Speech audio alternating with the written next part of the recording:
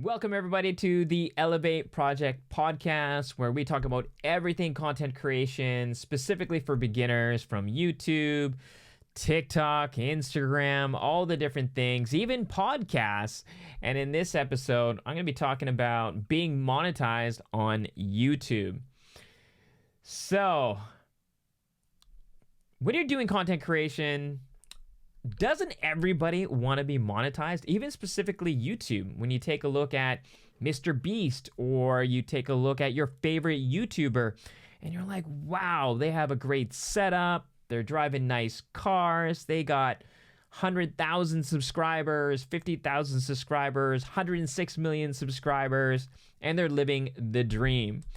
So for me, I would say that even at a subconscious level, that is definitely something that I thought about as a possibility. Starting YouTube as a content creator, I really wanted to help people, serve people, to share my knowledge, my experience, and my expertise on specific topics and subjects, specifically during the pandemic. And now I want to serve and help people in the same way. And I would never tell you what you should do, what everyone thinks you should do theory-wise. I can only share what I've done and the results that I've seen and the ideas and direction where I want to go, to hopefully help you and serve you and hopefully lead and be a part of your journey and your success as well.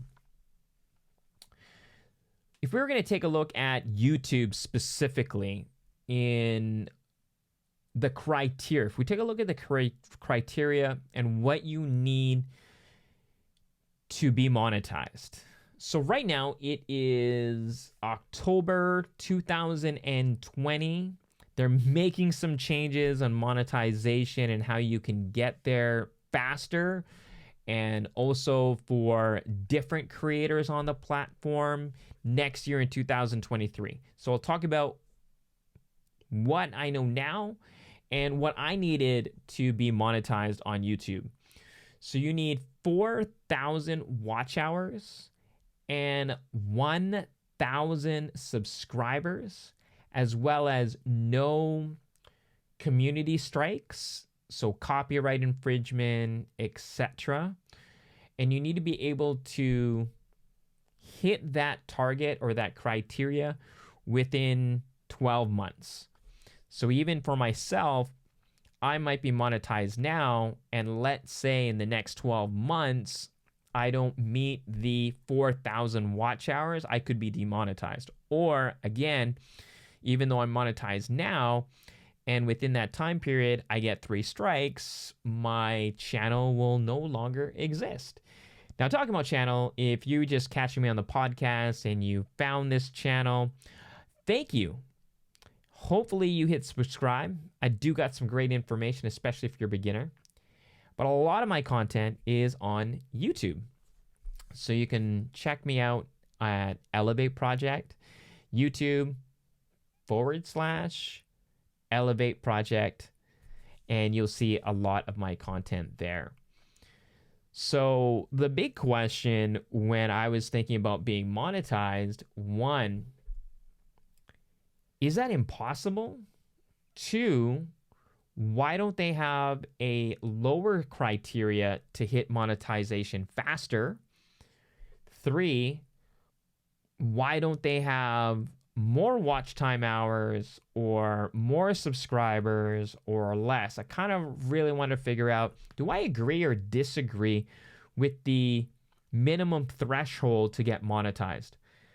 And I think it's at a perfect spot. Actually, I shouldn't say perfect. I think it's at a good spot for a lot of different reasons. Because you're going to have this struggle if you don't have a target to hit. And I think 1,000 subscribers is a hefty goal. I definitely don't think it's impossible. Obviously, there's hundreds and thousands of people that are monetized that have between 1,000 and 106 million subscribers.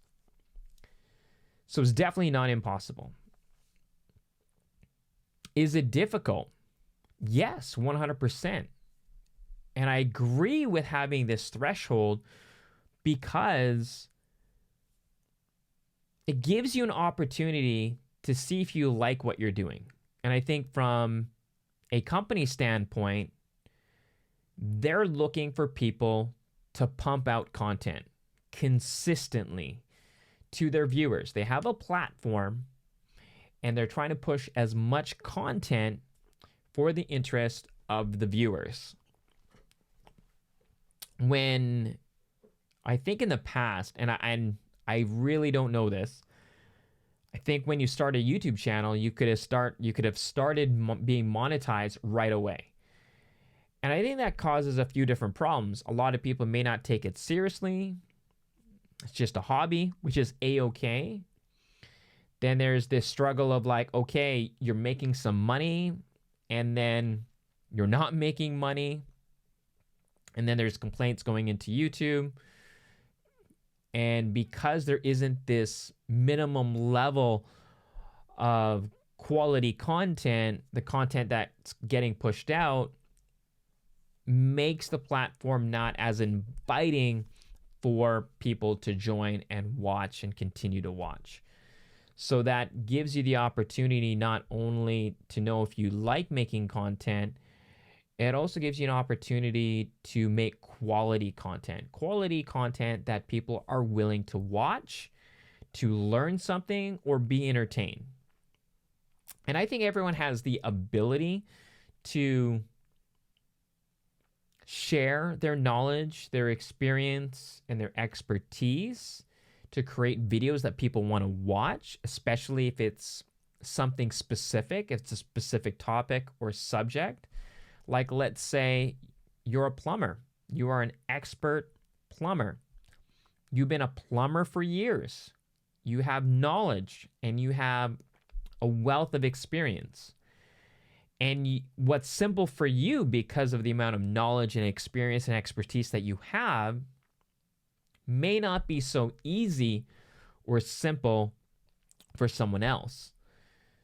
And even just posting videos how to change a pipe, install a new faucet, and change a toilet. I literally think you could possibly Google for the simplest things on YouTube and you can have good quality content, not just this beautiful entertainment of big massive sets like you're in a movie and have it really cinematic with the most expensive cameras. Literally, a plumber could just use their phone and get that same result. And when you think about the pandemic, as horrible as it was, it opened the door for more eyes on the platform, opportunity for more niches to be discovered, where it was more difficult for them to be discovered before. Again, if I was going to be using that example as a plumber, because a lot of people, they had maybe toilet problems or they had a leaky faucet. And because of the pandemic, they couldn't have a plumber come in and help fix their problem. So they go to YouTube. They go to a video to see how to fix that leak, change the faucet, change the toilet, etc. And having 1,000 subscribers helps you really create a community and helps you understand that there was 1,000 people that liked your video so much that they hit subscribe. And I think that's very powerful because it kind of gives you a barometer that what you're doing is effective and impactful. And the more that you do it, and the more eyes on your channel or on your videos, the more you're helping people, you're serving people, you're entertaining people. And I think doing that and eventually getting monetized and getting paid for that is pretty awesome. I am very, very blessed and thankful that the Elev8 Project YouTube channel was able to hit 1,000 subscribers. And I actually ended up hitting the 4,000 watch hours much quicker than hitting 1,000 subscribers. And for me, that was the motivation. I felt like there are people watching my videos. So in turn, my main assumption is that it is helping and serving people. Now, as a new YouTuber or new content creator, this is where you want to start looking at your videos and how to improve them, getting straight to the point, content. And I think that's the reason why, one of the main reasons why I wanted to start a podcast, because there's a lot of things during a video that I will record and will cut out for YouTube. And for some people, I think when they're looking specifically for YouTube, they have that expectation that it's going to be quick.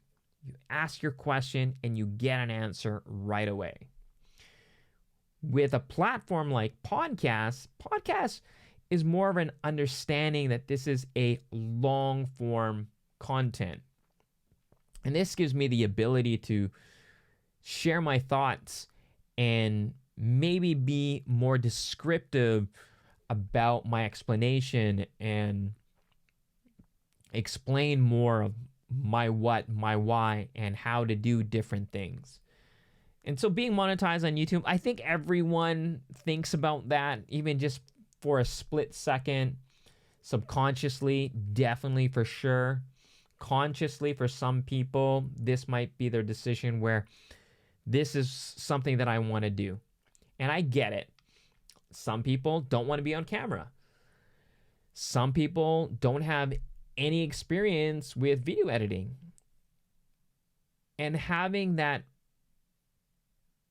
moment of, okay, I put a video out, no views, no subscribers, not getting any traction, can give you a better understanding if you're like what you're doing, see if it's worth doing, and the amount of actual work it actually takes to learn, so you're in a better place where editing is a lot easier, or doing videos is a lot easier. So yeah, I agree. I agree with the minimum threshold. What I've heard that's going on in 2023 is with the popularity of YouTube Shorts, that because YouTube Shorts do get a lot of views, the problem is difficult to get those watch hours, because you're looking at 1 to 60-second videos really quick. And so it's very difficult to accumulate 4,000 hours. I don't think it's that difficult to hit 1,000 subscribers though, because if you're doing the same content that's entertaining or educational, even for myself, I'm like, oh man, this is really entertaining and I'd like to see more of this content creator, I'm going to hit subscribe. And it's also a lot faster too. You see it, you like it, you subscribe, etc. So I think because of that, YouTube is listening to the community and give them an opportunity that are dedicated to YouTube Shorts to enter the YouTube partner program to be monetized, to make money, is 10 million views with the minimum 1,000 subscribers. So I think that balances out. I think that's still good. Now, to be clear, when you're being monetized on YouTube, it's tied to Google Sense and you need to have that available in your country. I don't know which countries don't. I do know that there are some countries that may not meet that criteria. So if you are in that country that does, this is something that is a very good opportunity to help people, serve people, and possibly being monetized to get paid for your effort. And when I take a look at YouTube and content creation, you're going to have those solopreneurs, you're going to have those hobbyists, you're going to have maybe even utilizing YouTube because YouTube is such a powerful platform used by so many people more today than ever before. Companies leveraging YouTube. And I think that's where the extra stream of income is going to be coming from, that opportunity. And for myself, even before I hit 1,000 subscribers, my email got flooded with opportunities to try different products, not any sponsorships. And I get it. Sponsorships, you're getting paid to do a video. If you don't have a following, doesn't really make sense. Having the opportunity to try different products that make sense, absolutely huge. And I was absolutely blessed with the amount of emails I got for opportunities. I didn't say yes to everything. I really only said yes to two main products. One was a USB mic, which honestly I'm going to try out during this podcast because I truly think it's a really good mic for a USB mic. I'm obviously using a different mic right now. If you're watching this on Patreon and seeing the video version of this podcast, I'm using a Shure SM7B with a Rodecaster Pro. And I went that route because I really wanted to elevate my audio for Zoom calls and knowing that I'll be doing content creation like this in the future. So it was an investment. For those of you that are just starting out, you don't need this setup. A lot of people say gear is overrated and you don't need the best of the best gear, which is true. You get what you think you need to deliver the content that you want to deliver. And sometimes that's as simple as an iPhone mic because you're out vlogging a little bit and you have a smaller mic, so you can't really have equipment like this to be portable or not as easy and not as convenient. Or if you're starting YouTube and you're doing full out production and doing short cinematic videos, yeah, you probably need a pretty expensive camera, a cinematic camera, boom arms with multiple mics, different lighting setups, etc. So I think gear is important to a certain extent. And the USB mic was such a blessing because this setup is fixed. In my opinion, it doesn't have to be. Obviously, you can move this around everywhere, but this is really where I can just sit down, jump on a Zoom call, turn on my mic, and I'm good to go. I also have different areas on my home that I like to work in, and so I can just take my laptop, and having that ability just to plug and play with a very good, decent USB mic is awesome. The other opportunity that I had was for a Meta Quest 2 VR accessories for the headset. So it wasn't made by Meta.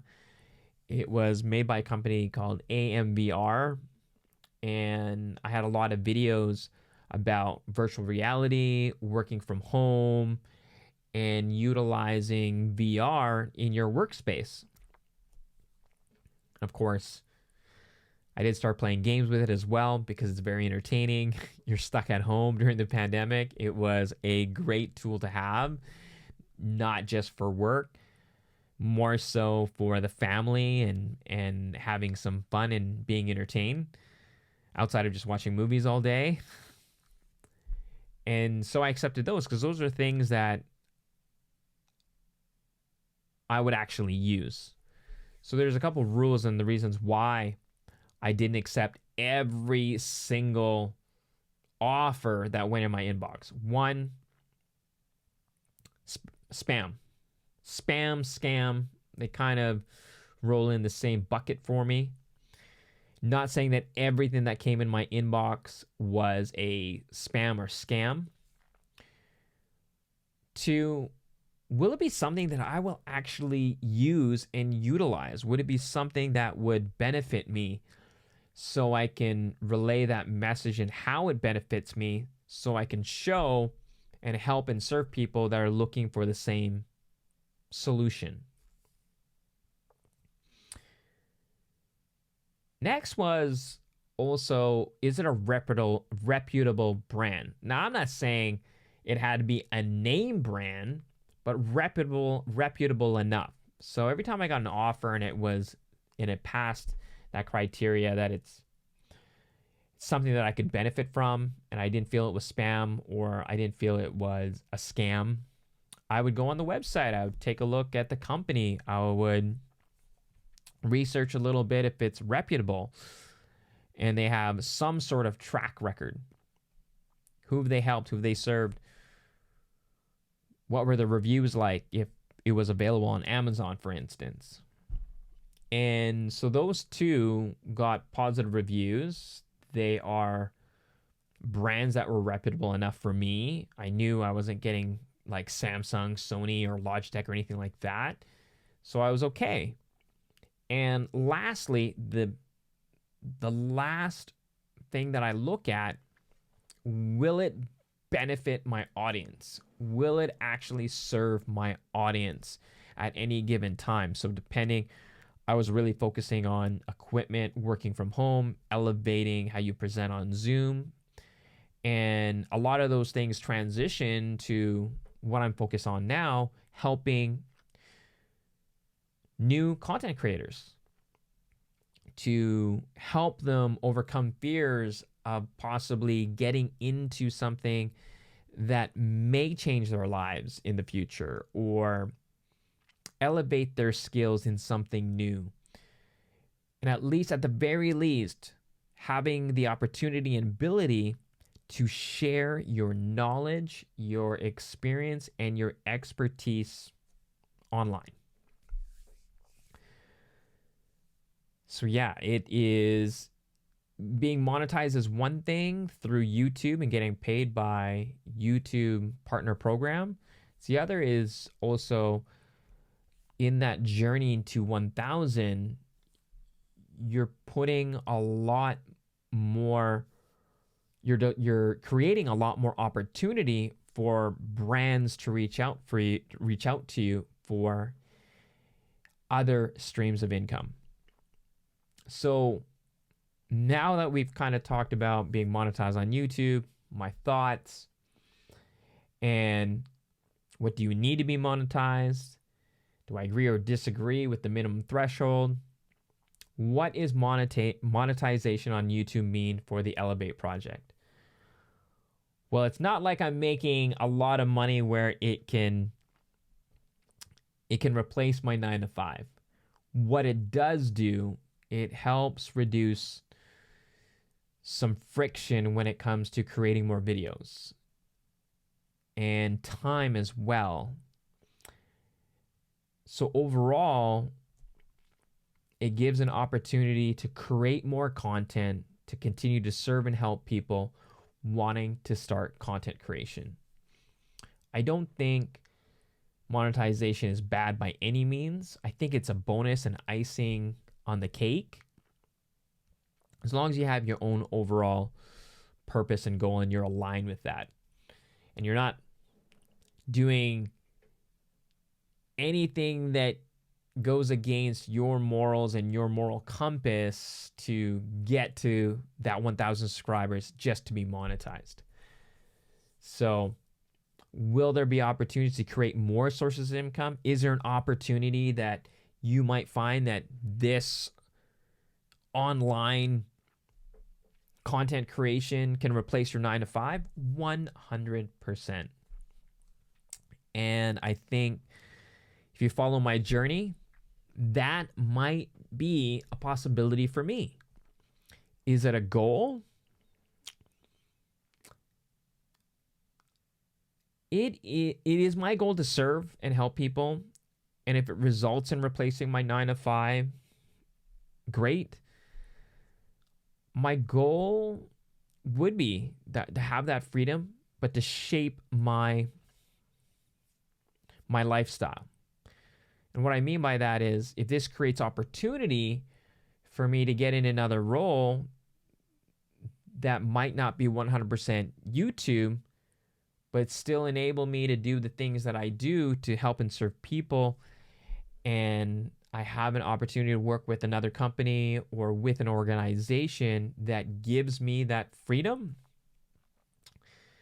is one. So with that goal is more of, this might be that avenue, or doing this might lead to an opportunity that may not be YouTube, but my overall goal is to create the lifestyle that I'm looking for right now in my life with a young family.